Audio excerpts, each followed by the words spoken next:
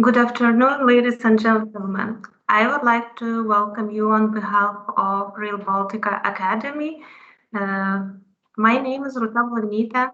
I am lead environmental expert and I've been working at RB Rail since 2019.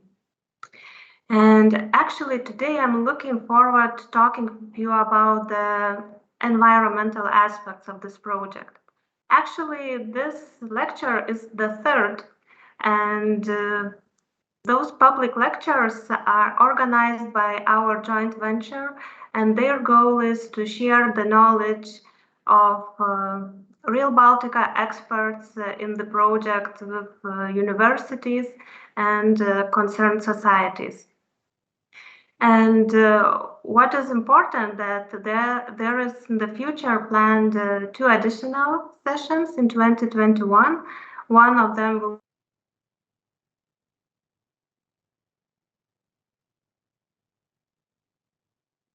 get many feedback from different students and universities, and as well from general public. So let's start today's presentation about the environmentally sustainable rail and what is the Rail Baltica approach on that.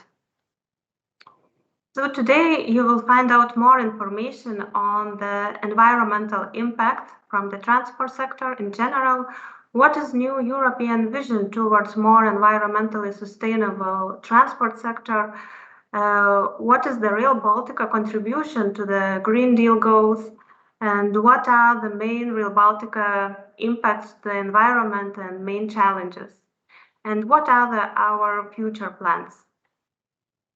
So at the beginning, I would like to start with more general topic. Probably we all know that the transport sector has its positive and negative impacts to the environment. One of the most important and positive impact is that we all understand that it's a vital role for economic development. As well, the efficient and accessible transport system is important for people's well-being. On the other hand, we have some negative side effects, and one of them is that transport sector remains still the second sector after the energy that emits greenhouse gas emissions. And approximately it's about 24% of greenhouse gas emissions in Europe are mostly coming from the transport sector. And what is the most upsetting thing that those emissions are still growing in the sector in the past 20 years. Another also very important aspect and impact that shall be managed properly from the transport sector would be the noise, vibration, territory defragmentation, impact to the landscape, etc. So what is new in the Europe? Probably we all have heard about the Green Deal. Europe decided to have a really amazing ambition to reduce about 90% of greenhouse gas emissions by 2050. And as I mentioned previously in my slide, that transport sector it still is in the second place that still emits one of the most greenhouse gas emissions. So it means that Europe has to decarbonize its transport sector as well, and to focus on more sustainable transport modes and some alternative fuels. Also, what is a good news that railway actually it's one of the transport modes that steadily reduced their emissions and while increasing its passengers and freight capacity. And what would be the contribution to the climate goals and the Green Deal from Rail Baltica perspective? So first of all, that Rail Baltica will be fully electrified and the energy will be used only the renewable.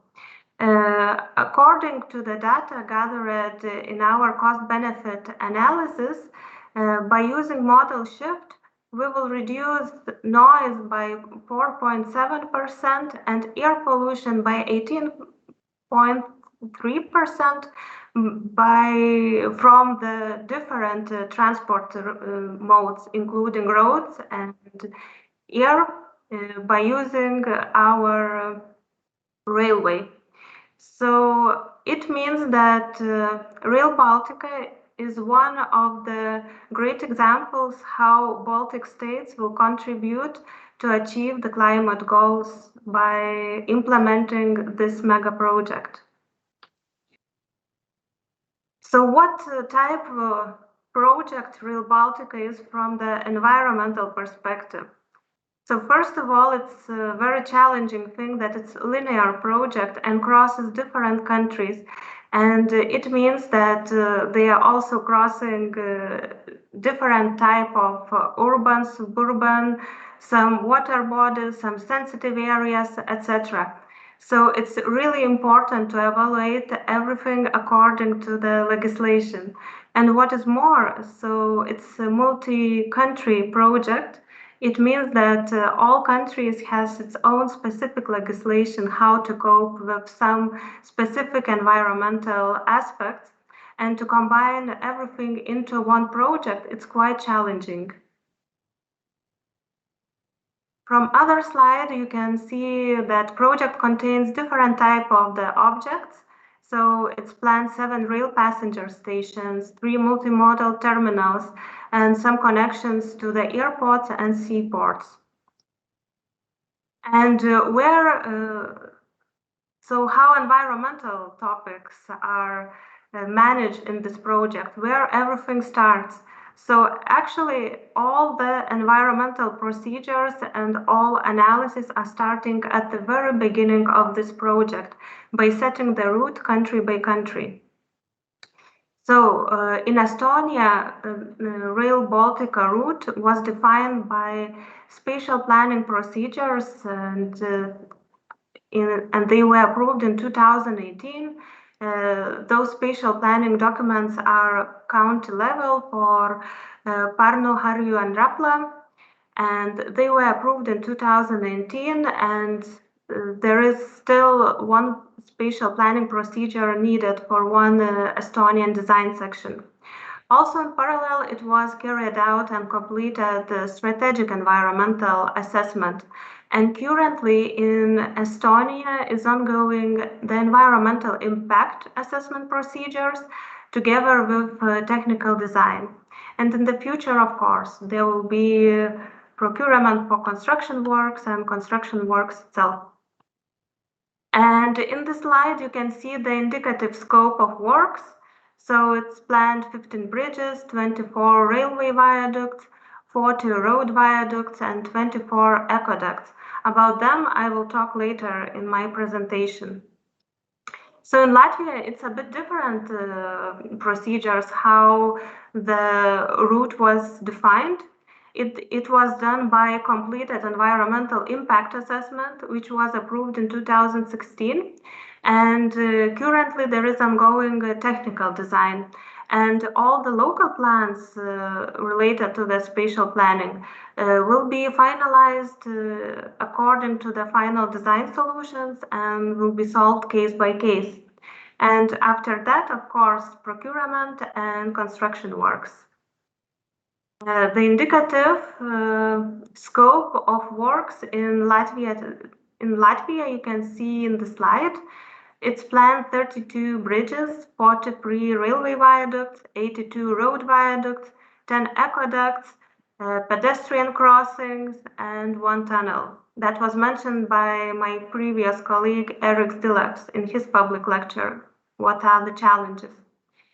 And Lithuania, actually, we have quite similar approach like in Estonia. The route was defined by the spatial planning procedures, and such procedures were carried out for the section Kaunas-Lithuania-Latvia border. Also, together with spatial planning procedures, strategical environmental assessment and environmental impact assessment were completed. And currently, there is ongoing technical design for exact section. Also, there are many other things going on in Lithuania. So there is ongoing special plans for Vilnius-Kaunas and Kaunas-Lithuanian-Poland border sections. And in parallel, there are as well strategical environmental assessment and environmental impact assessment procedures ongoing. And after that, of course, procurement and construction works. So as I mentioned in the slide before that, we have approved only one section corridor for Kaunas Lithuanian-Latvian border. So in this slide, you see the indicative scope of works for particular section. So there are planned 7 bridges, 31 railway viaduct, 21 road viaduct, and 7 aqueducts. So as you noticed in my previous slides, currently the technical design is going on in all 3 Baltic countries.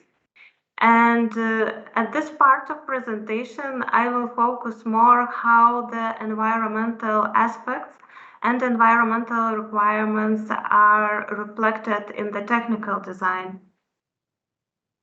So first of all, let's talk about the input to the technical design.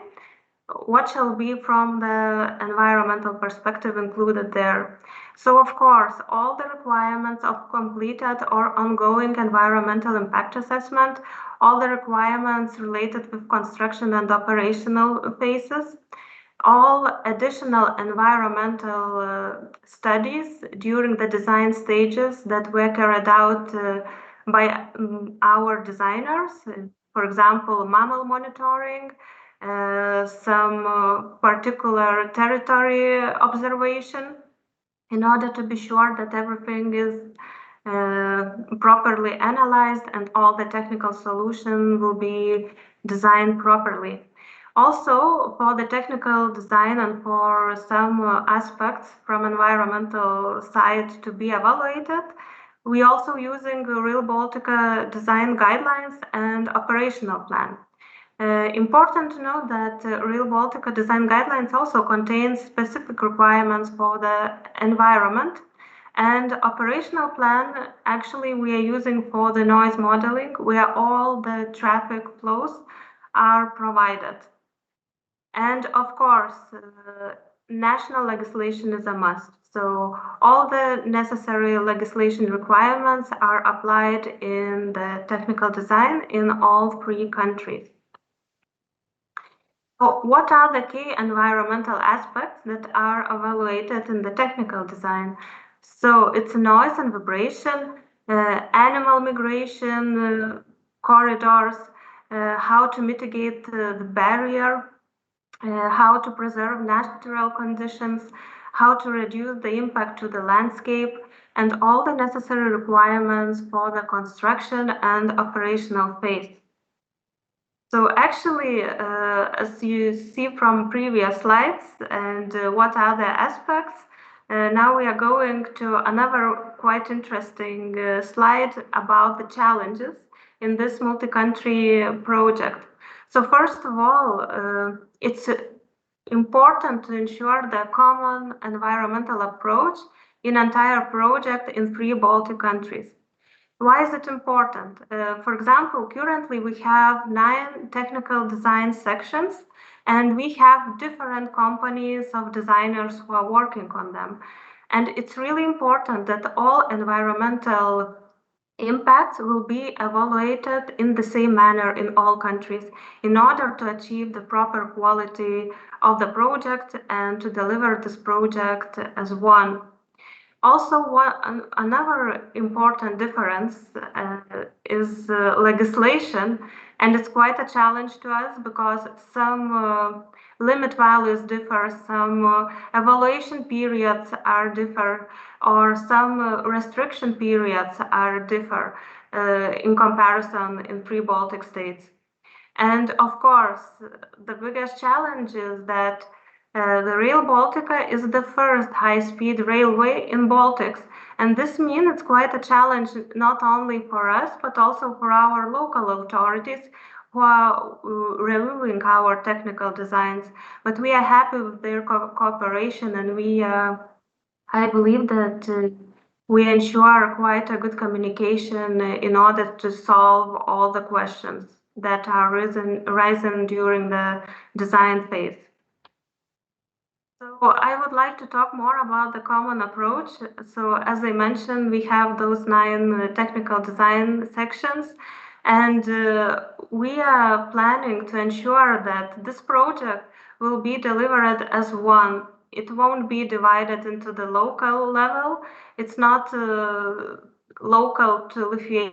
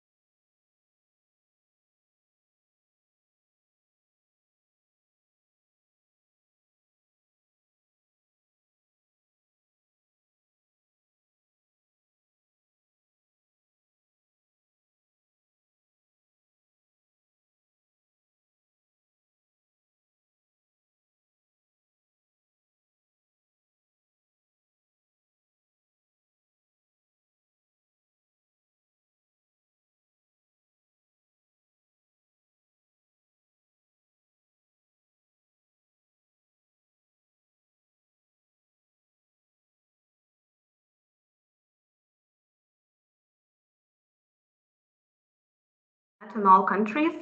All the current background noise shall be analyzed from current operating noise sources. Study area is 300 meters on both sides of the track. Traffic intensity data is taken from Rail Baltica operational plan.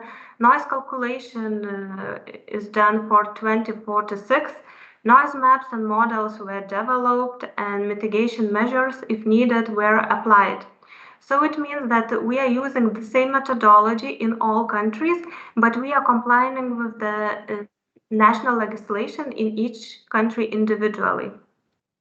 And now in slides, I would like to show you some noise barriers that they depend on the landscape and their properties for the noise reduction.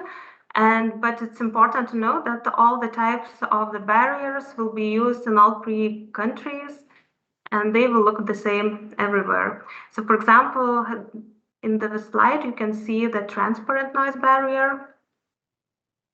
Here is wooden.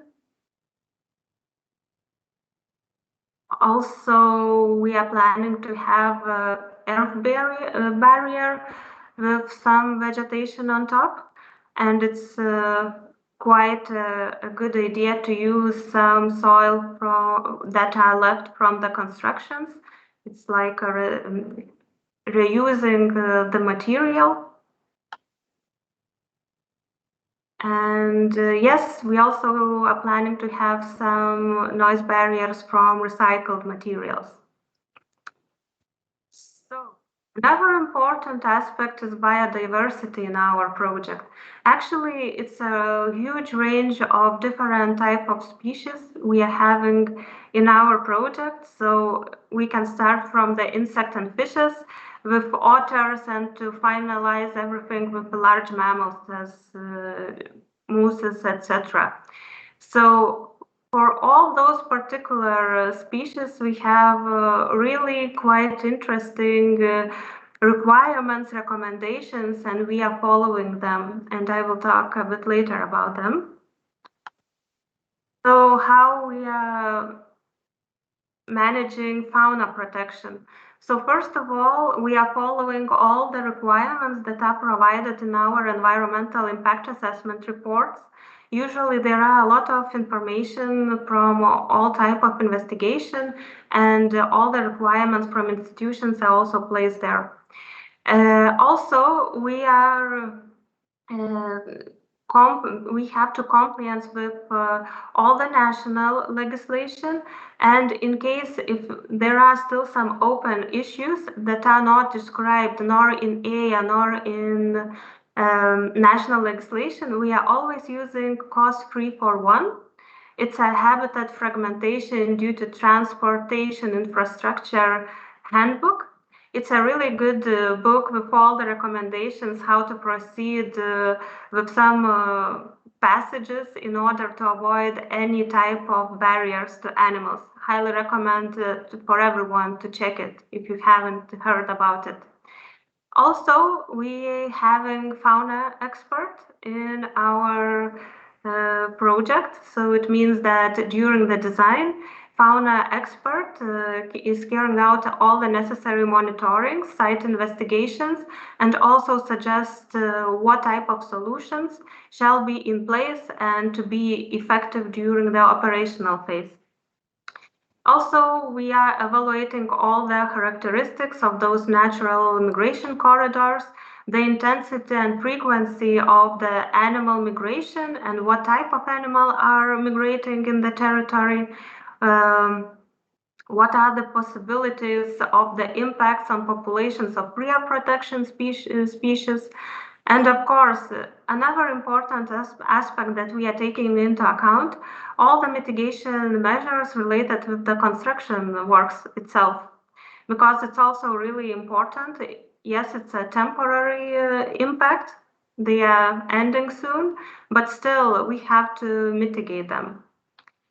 So I will show you a couple of examples of our animal passages that are planned to install in our project. So first of all, it's the aqueduct.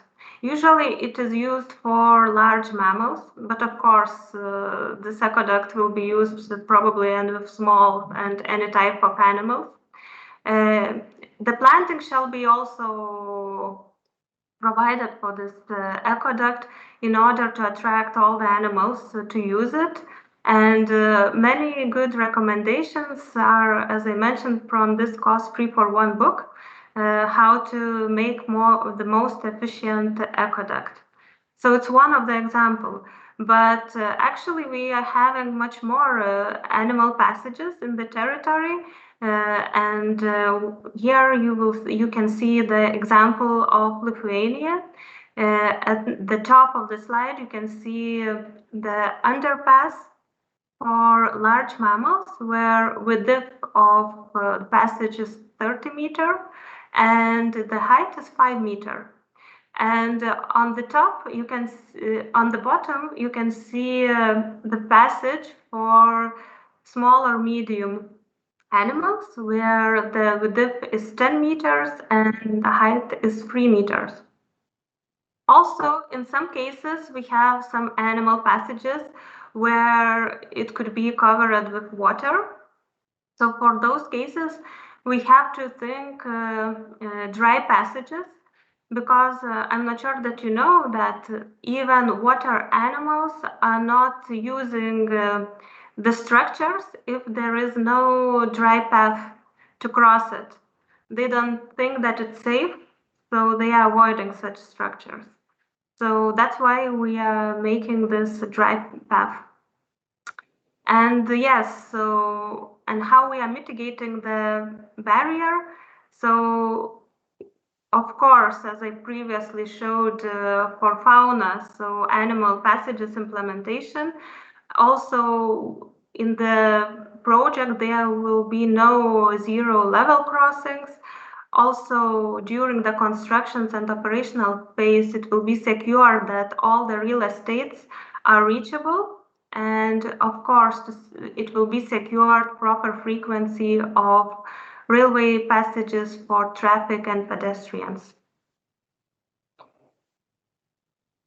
Another important aspect is constructions. So I will talk about constructions by separating into the phases.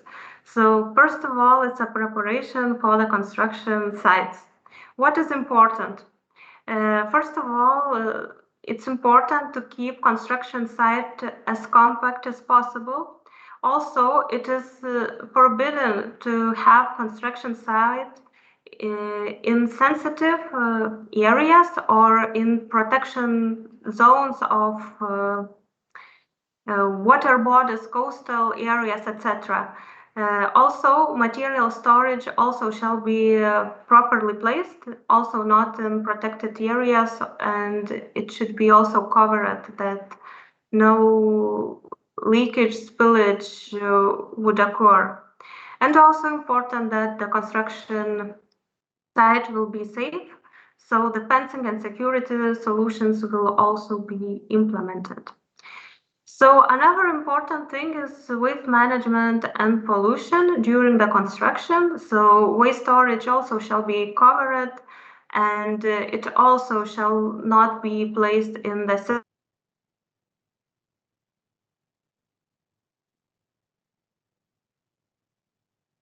managed and construction waste as well. Also, we have some mitigation measures planned for the noise and vibration and dust pollution in order to make the construction works less impacting the environment. So, for example, noise, one of the mitigation measures could be like noisy works to do at once with the noisy technique where is needed in order to reduce the period of time that you are making the noise. Of course, all the equipment shall also be technically in order, having all the restrictions with noise limits. Another important thing is the resource management. So during the constructions, the upper fertile soil layer will be removed and will be stored for the cultivation after the construction. Soil reusage, we also believe that it could be done for some parts of the structures, for example, maybe an embankment, and also for the earth barriers that I showed you previously with on top vegetation. Also, it's important that during the constructions, energy would be used in the most efficient way, and the same as with construction materials, to have them as much as you need, but no less or more. So to have proper management, how to use them. So how works are planned to be organized during the construction? So first of all, it's important to have all the logistic roads planned properly in order not to make some additional noise and pollution.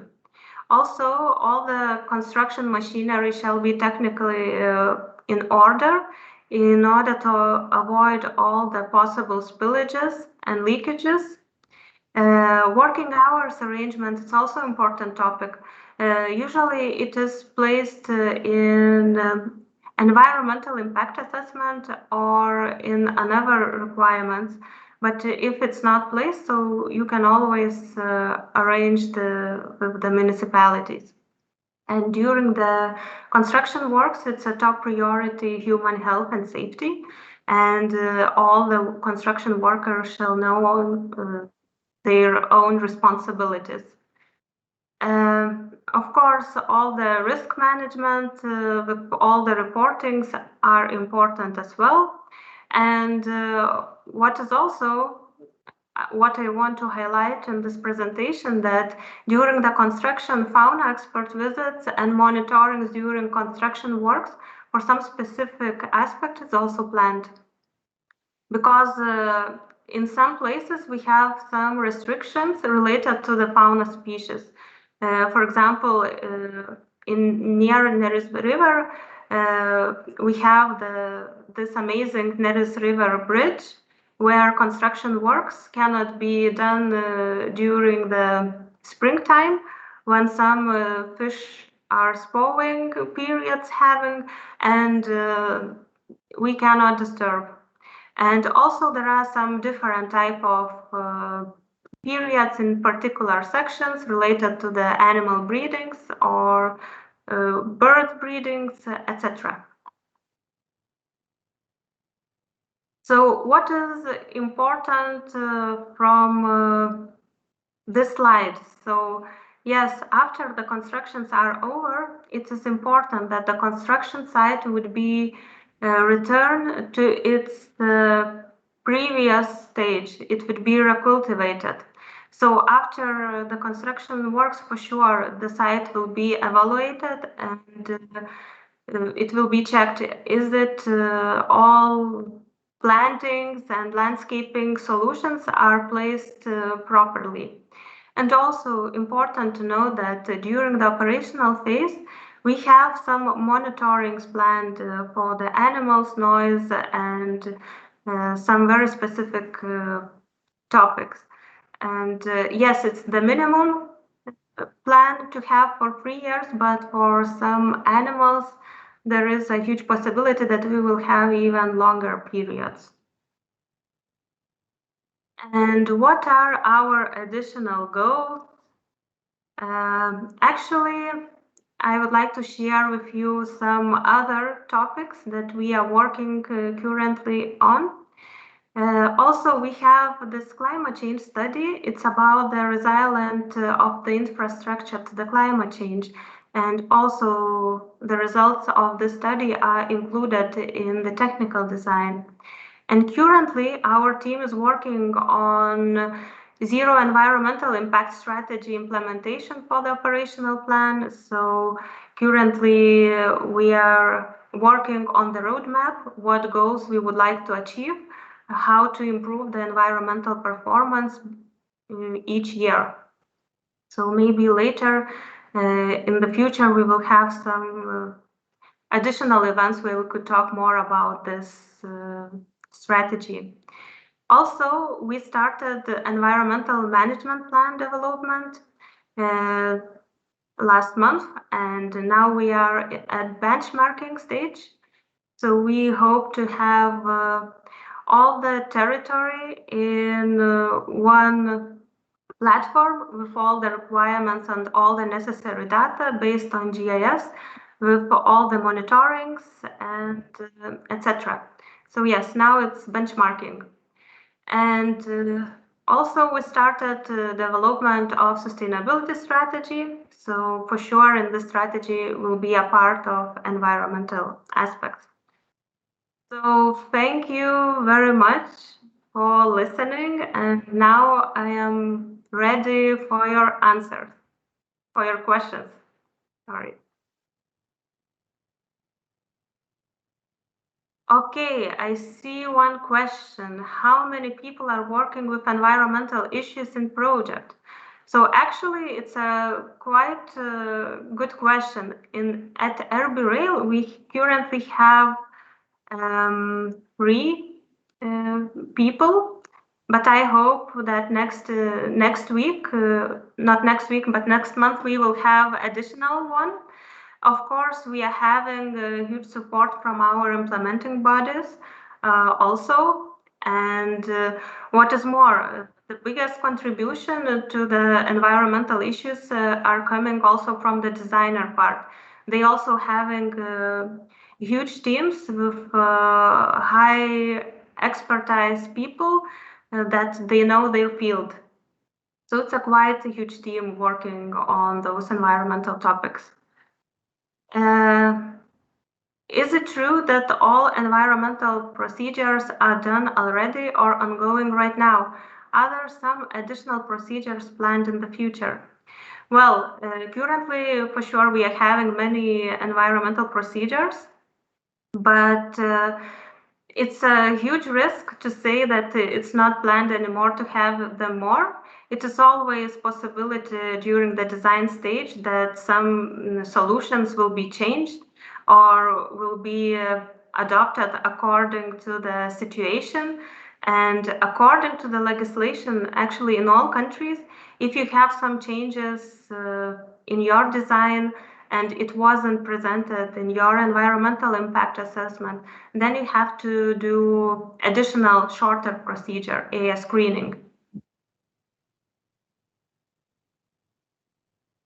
Okay.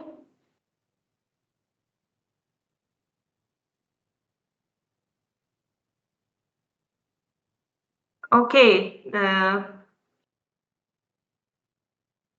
if we don't have any more questions.